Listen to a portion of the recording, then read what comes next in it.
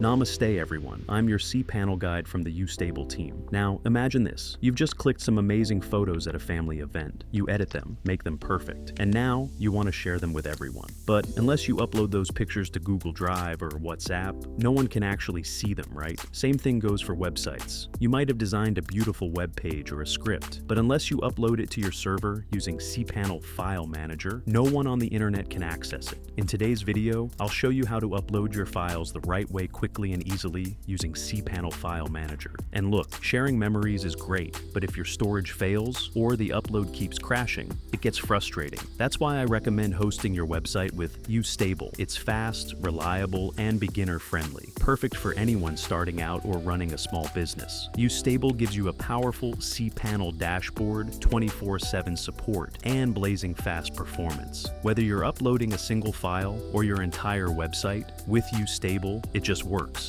Now let's jump in, log into your cPanel account, and you will be on this page. Now go to the Files section and click File Manager. There is a list of file directories. You can select one of the directories to save your files. For example, click public_HTML to open it in the adjoining window.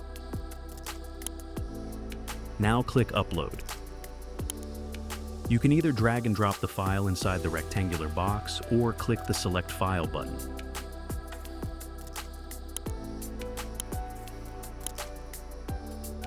That's it. We have successfully uploaded the file using cPanel File Manager. Now you can go to the public_HTML directory inside the File Manager to see the uploaded file. Now you know how to upload files in cPanel. Thank you for watching.